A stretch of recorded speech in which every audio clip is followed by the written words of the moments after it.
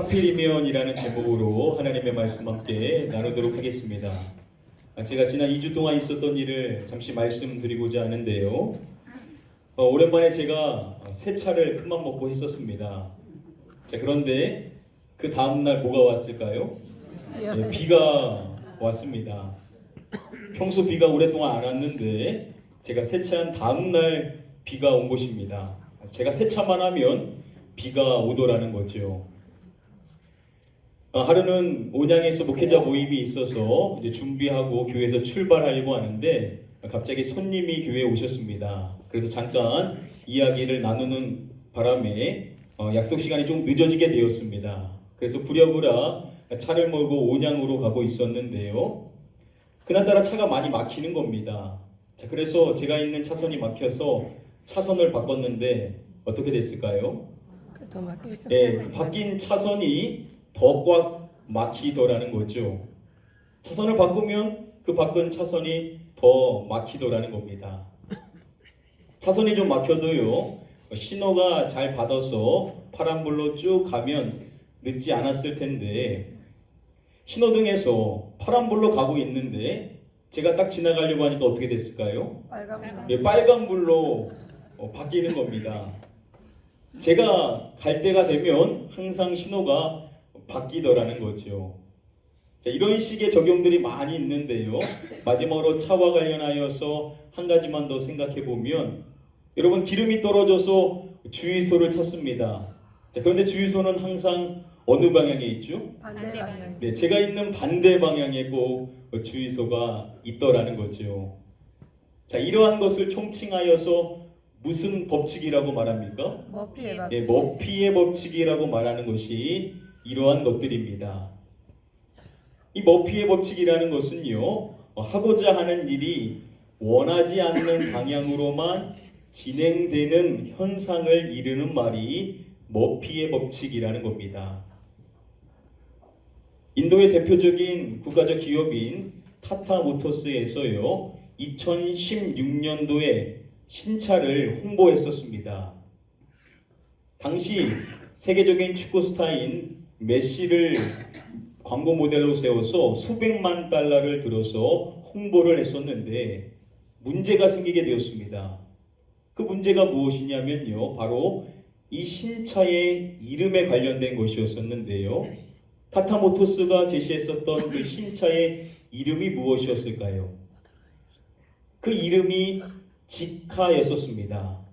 그런데 왜 지카가 문제였었을까요? 당시 유행했었던 바이러스가 있었는데 무슨 바이러스일까요? 지카 바이러스. 네, 바로 지카 바이러스였던 것입니다. 한 언론에서 이 기사를 낼 때 기사 제목이 무엇이었냐면요, 하필이면 신차 이름이 지카라는 제목의 기사였습니다. 앞서서 말씀드린 머피의 법칙과 관련하여서 자주 언급되어지는 말이 있는데 그 말이 하필이면이라는 말입니다.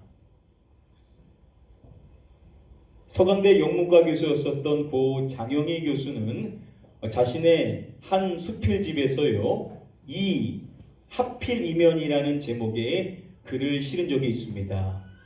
그 글에서 말하기를요, 하필이면이란 말은 왜 나만이라는 의문을 전제한다라고 이야기합니다.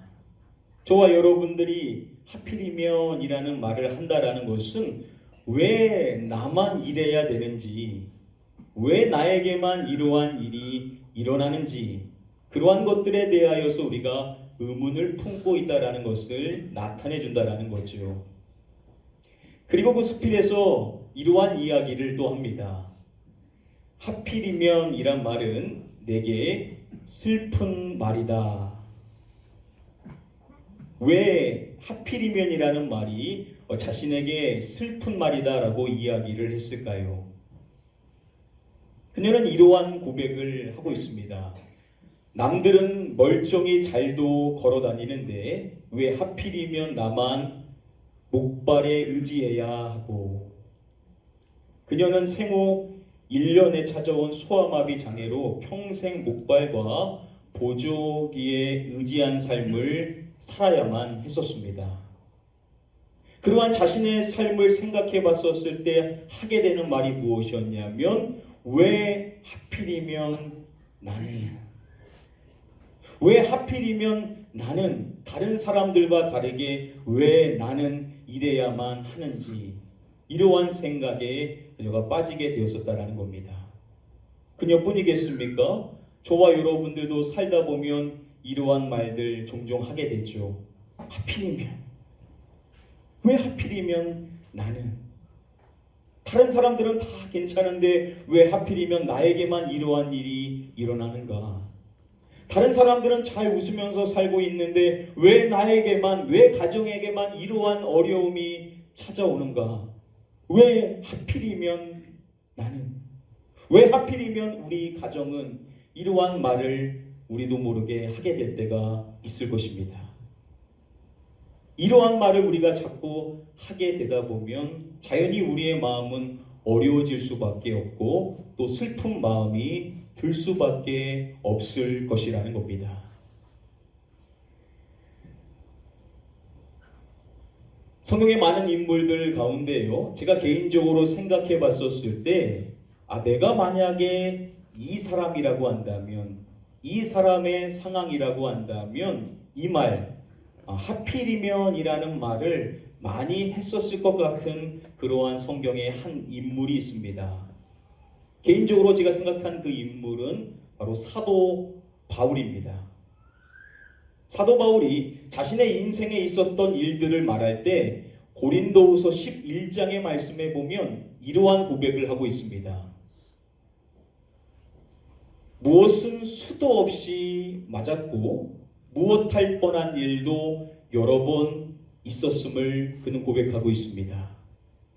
매는 수도 없이 맞았고 죽을 뻔한 일도 여러 번 있었다라고 이야기합니다. 사도로 부름을 받아서 열심히 사역을 하는데 그 결과가 뭐냐면 매를 수도 없이 맞고 죽을 뻔한 일들을 여러 번 겪어야만 했었다라는 겁니다.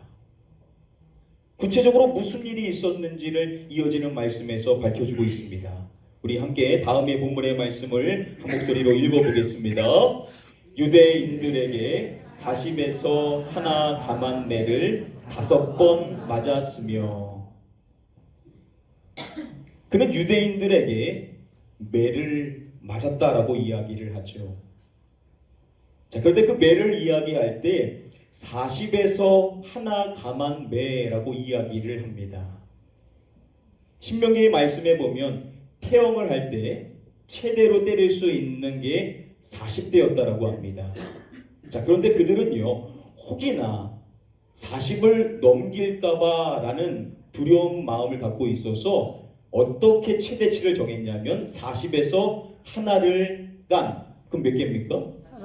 39대를 최대로 하는 것으로 생각을 했었다는 겁니다. 자, 이와 같은 40에 하나 감한 매, 이것은 어떠한 사람에게 형벌하는 것이냐면 바로 악인에게 하는 태형이었었습니다. 여러분, 부름을 받아서 복음을 열심히 전하는데 사람들에게 그는 악인으로 낙인찍히게 되었다는 겁니다. 그러한 40에 하나 감한 매를 그는 5번이나 맞았다라고 이야기를 합니다. 이뿐만 아닙니다. 이어서 그는 또 말하기를 3번 태장으로 맞고 라고 이야기합니다. 이 태장이라는 것은요, 바로 유대 사회에서 악인에게, 죄인에게 시행되어졌었던 매질을 태장이라고 했습니다. 자, 그는 유대 사회에서 악인, 죄인으로 낙인 찍혔을 뿐만 아니라 로마 사회에서도 죄인으로, 그래서 매질을 받아야만 했었다라는 거죠. 이 태장을 그는 3번이나 맞아야만 했었다라는 겁니다. 이뿐만 아닙니다. 또 이어서 말하기를 1번 돌로 맞고 라고 말합니다.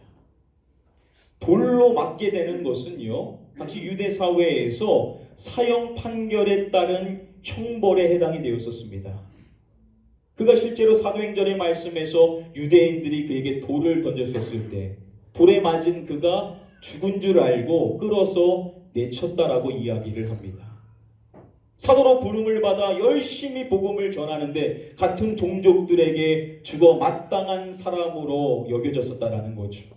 이러한 죽음의 위협을 그는 받아야만 했었다라는 겁니다.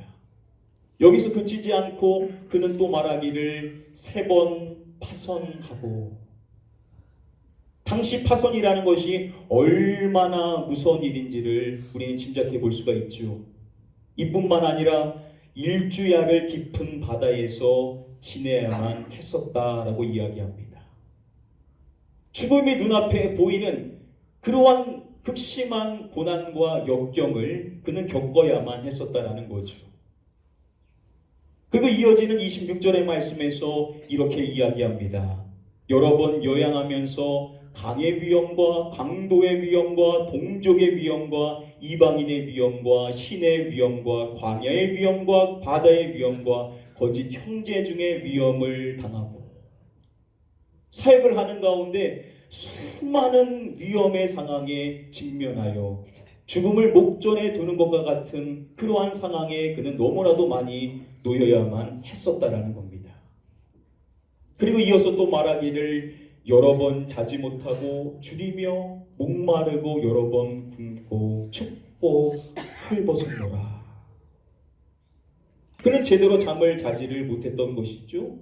그리고 줄이며 목마르고 굶고 춥고 헐벗는 인생을 살아야만 했었다라고 고백을 하는 겁니다. 여러분, 바리새인이었었던 그의 인생의 삶에 그가 사도로 부름을 받아서 그가 열심히 사역을 감당했었던 결과가 무엇인지 종합해서 한번 보시기를 바랍니다.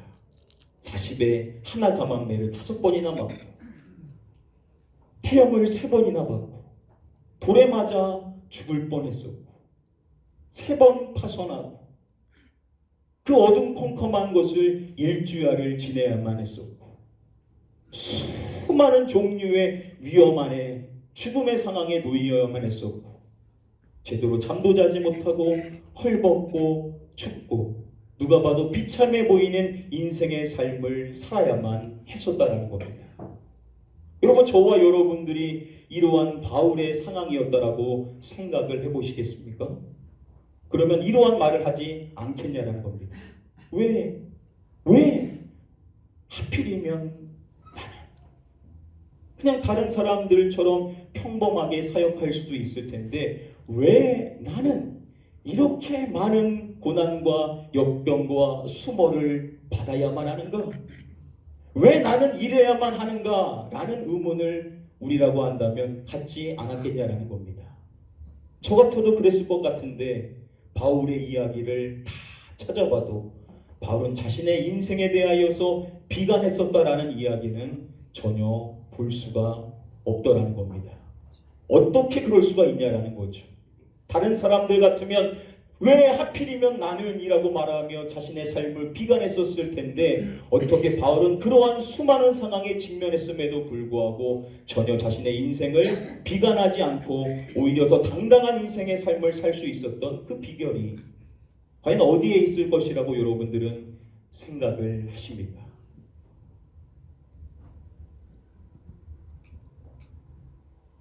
앞서서 말씀드린 고 장영희 교수가 자신의 그 수필에서 하필이면은이라는 이 말이 자신에게 슬픈 말이다라고 이야기를 했었다라고 했습니다. 자, 그런데 이어지는 글을 보면요, 자신이 이 말, 하필이면이라는 이 말을 다르게 인식하게 되었었던 계기가 있었음에 대하여서 밝혀주고 있습니다. 하루는 초등학교 2학년 조카 아름이랑 같이 길을 걸어가다가 길거리에서 펜더공 인형 하나를 사가지고 아름이에게 주었었습니다. 외국에서 살다 와서 한국말이 서툴었었던 아름이가 그것을 받고 눈이 동그래지면서 환한 미소를 띠면서 이렇게 이야기를 했었다라고 합니다. 그런데 이모, 이거 왜 하필이면 내게 주는데? 이러한 아름이의 고백에 대하여서 이렇게 설명을 해줍니다. 다른 형제나 사촌들도 많고 암만 생각해도 특별히 자기가 받을 자격도 없는 듯한데 뜻밖의 선물을 받았다는 아름이 나름대로의 고마움의 표시였다. 한국말이 서툴어서 비록 부적합하게 쓴 표현이었지만 자신의 조카가 쓴 하필이면이라는 이 적용이 자신에게 큰 깨달음을 주었었다라고 말합니다. 그리고 그 이후부터 그 장영희 교수는요, 이렇게 실천했다라고 하는데요. 하필이면이라는 말을 좋은 상황에 갖다 붙이기 시작했다라고 합니다. 몇 가지 예를 좀 보시면은요. 하고 많은 사람들 중에 하필이면 내가 좋은 부모님 밑에 태어나 좋은 형제들과 인연 맺고 살고 있는가? 헐벗고 굶주리는 사람들이 그토록 많은데 왜 하필이면 내가 무슨 권리로 먹을 것, 입을 것 걱정 없이 편하게 살고 있는가? 자신의 조카 아름이가 했었던 것처럼 자신에게 주어져 있는 것들, 좋은 상황에 하필이면이라는 단어를 적용하여 생각하고 말하는 과정을 거치다 보니까 이러한 깨달음을 얻게 되었다라고 합니다. 내가 지고 가는 인생의 짐이 남의 짐보다 무겁다고 아우성쳤던 좁은 소견이 세상 부끄럽다. 하필이면이라는 이 단어를 다른 사람들처럼 똑같이 좋지 않은 일에만 적용해 봤었을 때는 내 인생의 짐이 가장 무겁게만 느껴졌었다라는 겁니다. 그런데 그 단어를 좋은 상황에 붙이면서 말하고 생각하다 보니까 그것이 아니다라는 깨달음을 얻게 되었다라는 거죠. 또 이러한 고백을 합니다. 내가 많은 행복을 누리고 있고 그것이 나에게 과분한 것들임을 깨닫게 되었다라고 기록하고 있습니다. 하필이면이라는 이 말을 안 좋은 쪽에만 썼을 때에는 늘 나에게 어려운 일만 있는 것처럼 생각했었는데 이 단어를 바꿔서 좋은 쪽에 얻고 있는 것에 썼다 보니까 내가 이미 누리고 있는 행복한 것들이 있고 이 행복의 요소들이 나에게 과분한 것이었다라는 깨달음을 얻을 수가 있었다라고 이야기를 하는 것입니다. 기독교 신문인 아이건 뉴스에서요, 이곳 장영희 교수의 하필이면이라는 이 글을 인용하여서 이러한 제안을 합니다. 하필이면이라는 이것을 감사 용어로 사용하자라고 이야기합니다. 그리고 이러한 설명을 덧붙이는데요. 매일 많은 사람이 사고를 당하는데 하필이면 왜 나는 사고를 당하지 않았으며 하필이면 왜 나는 부모님이 계시며 하필이면 왜 나는 건강하며 학교도 다니며 일터도 있으며 사랑하는 사람이 있는가? 세상엔 아직도 신앙 때문에 박해받는 사람들이 있고 구원받지 못한 사람도 있는데 하필이면 왜 나는 구원받았는가? 평소에 당연하다고 넘겨버렸던 감사거리들을 하필이면에 붙여 생각해 본다면 새삼 내가 받은 감사가 얼마나 크고 소중한 것인지를 깨닫게 된다라고 설명을 합니다. 이렇게 저와 여러분들이 누리고 있는 것, 이미 우리에게 주어진 것들, 이러한 것들에 하필이면이라는 단어를 붙여서 생각하다 보면 내가 누리고 있는 이 감사의 요소들이 새삼 크게 느껴지고 소중하게 느껴질 수 있게 되더라는 것입니다. 오늘 본문의 말씀에 보면 사도 바울이 자신에 대하여 고백을 할 때 이러한 고백을 하고 있는 것을 우리는 주목해 볼 필요성이 있습니다. 함께 말씀을 읽어보겠습니다. 나를 능하게 하신 그리스도 예수 우리 주께 내가 감사함은 나를 충성되이 여겨 내게 직분을 맡기심이니. 그리스도 예수께서 자신에게 직분을 맡기심에 대하여서 이야기를 하죠. 자, 그런데 이것에 대하여 말할 때 그의 고백이 무엇입니까? 주께 내가 무엇 함은이라고 고백을 하죠. 감사함은이라고 고백하고 있는 것을 볼 수가 있습니다. 그는요, 주께서 자신에게 직분을 맡기신 것 그 자체에 대한 감사의 마음을 품고 있었던 사람이었다라는 겁니다. 그는요, 수많은 사람들이 있는데 그 많은 사람들 가운데 하나님께서 자신을 특별하게 여겨서 자신에게 이방의 사람들에게 복음을 들고 나아가는 이 직분을 주신 것에 대한 특별한 감사의 마음을 갖고 있었던 사람이라는 거죠. 앞서서 살펴봤었던 그 단어를 적용해 본다면 바울도 이렇게 말하지 않았겠습니까? 하필이면 내게 이 직분을 맡기셨어. 다른 많은 사람들도 있는데 나를 특별히 여기셔서 하필이면 나에게 이러한 큰 직분을 주셨는가? 이러한 감격과 감사의 마음을 갖고 있었던 사람이 바로 사도 바울이었다라는 겁니다. 그리고 그는 이어서 이렇게 이야기를 하죠. 내가 전에는 비방자요, 박해자요, 폭행자였으나 자신이 예수 그리스도를 믿기 전에는 비방하는 사람이고 박해하는 사람이고 폭행하는 사람이었다라는 겁니다. 자, 그러한 자신에 대하여서 다음의 말씀에 보면 이러한 이야기를 합니다. 죄인 중에 내가 누구니라 라고 이야기하죠. 괴순이라. 내가 괴순이라 라고 이야기를 합니다. 괴수라는 것은 쉽게 말하면 가장 큰 죄인이라는 거죠. 앞서서 고백한 내용이 무엇이었습니까?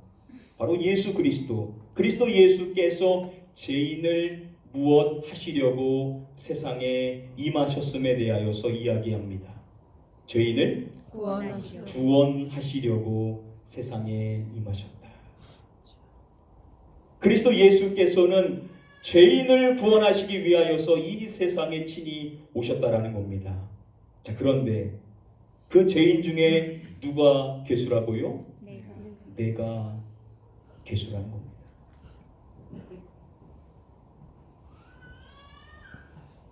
죄인들 가운데 가장 큰 죄인인 자신을 구원해 주신 그 주님에 대한 깊은 감사의 마음을 갖고 있던 사람이 바로 사도 바울이었음을 확인해 볼 수가 있는 것입니다. 앞서서 살펴본 단어를 적용하게 보면 이렇게 말하지 않았겠습니까? 하필이면 죄인 중에 괴수인 나를 사랑하셔서 나를 구원해 주신 주님 감사합니다.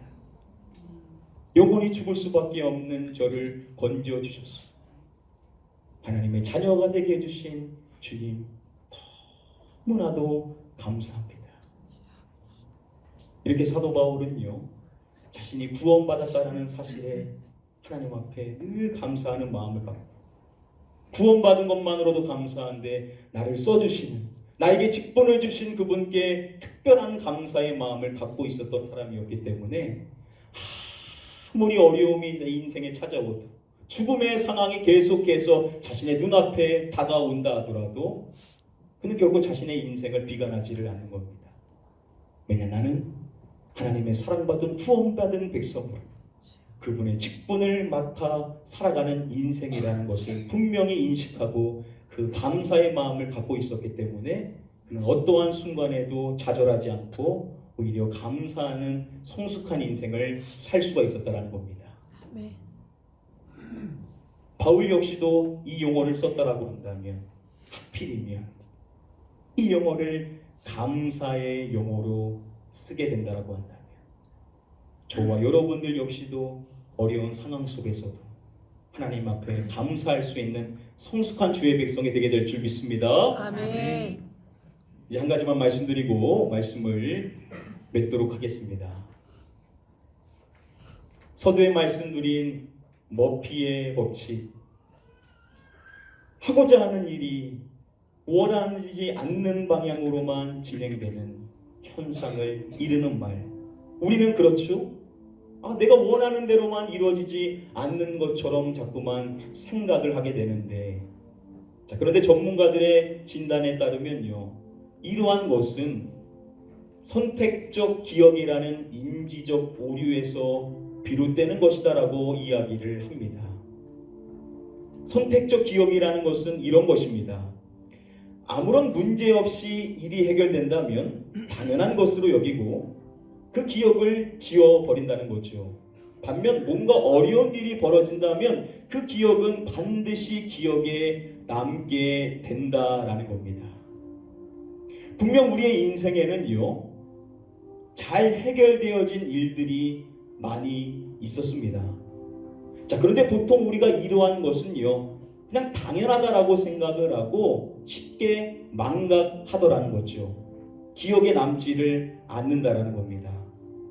반면에 어렵게 된 일들, 이러한 일들은요, 잊지 않으려고 하고 그것을 가슴에 자꾸만 두고 인생을 살게 되더라는 거죠. 물론 우리의 인생에 여러분 빨간불이 들어올 때가 있습니다. 근데 여러분 늘 빨간불이었습니까? 생각해보면 초록불일 때도 많이 있었다라는 거죠. 그런데 우리는 그 초록불이었었던 순간들에 대해서는 그냥 잊어버리는 겁니다. 당연하다라고 생각하고 그것을 그 기억에서는 그냥 잊어버리고 늘 생각하는 것은 뭐냐? 빨간불인 것만 생각을 하더라는 거죠. 저와 여러분들은 이제 선택을 해야만 합니다. 지난 한 해 2019년도 한 해를 돌아봤었을 때 분명 여러분들의 인생의 삶에 잃어버린 것들이 있었을 것입니다.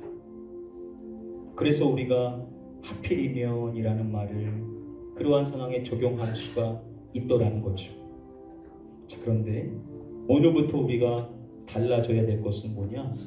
분명히 잃어버린 것도 있지만 반대로 얻은 것도 있었다라는 것을 기억해야만 한다는 겁니다. 아멘. 우리의 시각을 어디에 둘 거라는 거죠. 이제는 잃어버린 것이 아닌 얻은 것에 우리의 시각을 둬야만 할 때라는 겁니다. 아멘. 그리고 하필이면이라는 이 단어를 이제는 얻은 것 쪽에 적용하여서 내 자신에게 이야기를 해줄 필요성이 있다는 겁니다. 아멘. 그럴 때 우리는 내 인생에 주어진 감사의 요소들을 다시금 발견하게 되고 하나님 앞에 감사할 수 있는 인생이 되게 될 줄 믿습니다. 아멘. 저와 여러분들 오늘부터 한번 결단해 보기를 원합니다. 하필이면 나에게 이러한 은혜를 주신 아버지께 여러분들 감사하시는 용어를 자꾸 써보셔서 여러분들의 사랑하는 가족을 볼 때도 하필이면 내 사랑하는 아들이 내 자녀였어. 이러한 적용들을 여러분들의 가족들에게도 해보시면서 여러분들의 가정 안에서도 감사가 풍성할 수 있게 되기를 주님의 이름으로 축복드립니다. 아멘. 오늘부터 여러분들 어려운 일들 많이 있었었죠? 지금도 고통 가운데 계신 분들이 있을 줄 압니다. 그러나 여러분, 우리가 잃어버린 것도 있지만 분명 얻은 것도 있다는 것을 기억하시고 거기에 우리 시각을 두고 하필이면한 단어를 써보셨습니다. 오늘부터 다시금 감사하실 수 있는 성숙한 주의 백성들이 되시기를 주님의 이름으로 간절히 축복하며 축원드립니다. 아멘.